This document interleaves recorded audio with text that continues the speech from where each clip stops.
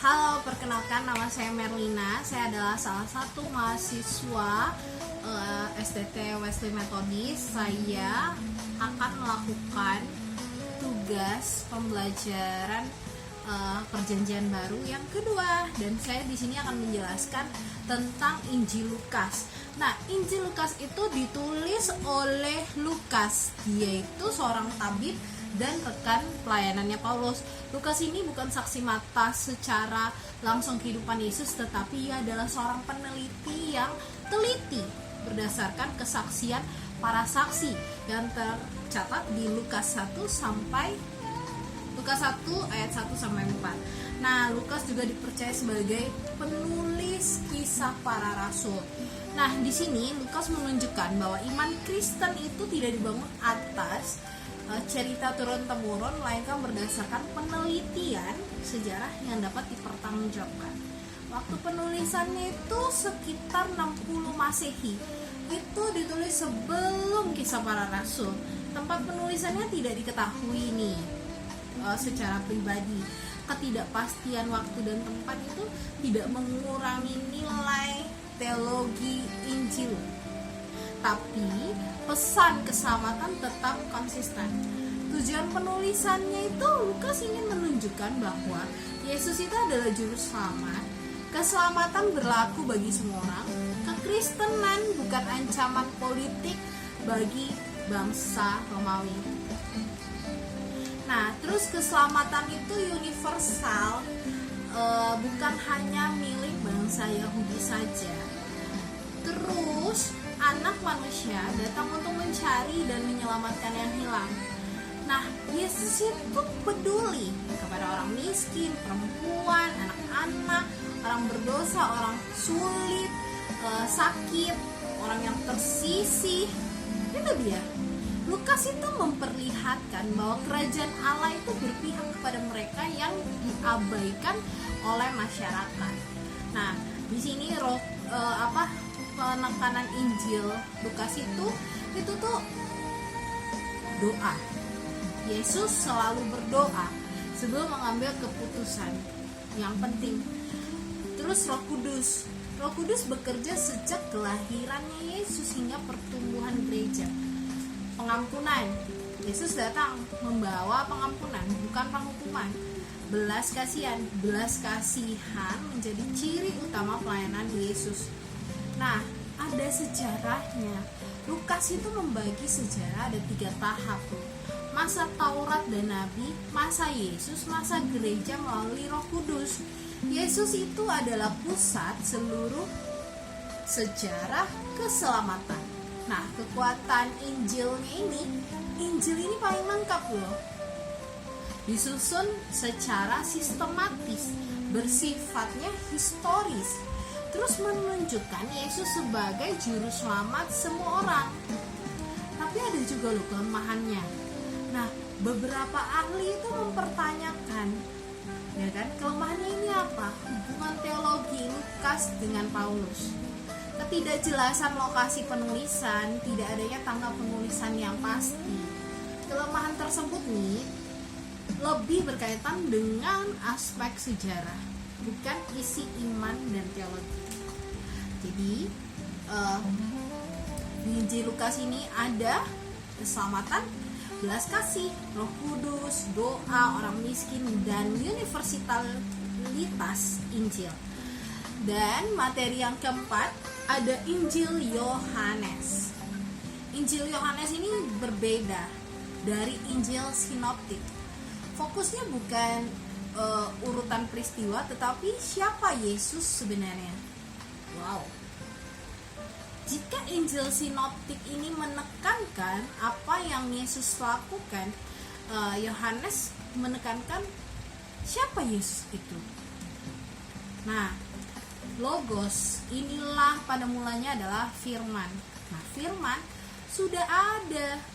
Berarti kan Yesus itu sudah ada sebelum dunia diciptakan. Dia adalah Allah dan menjadi manusia. Yesus bukan ciptaan.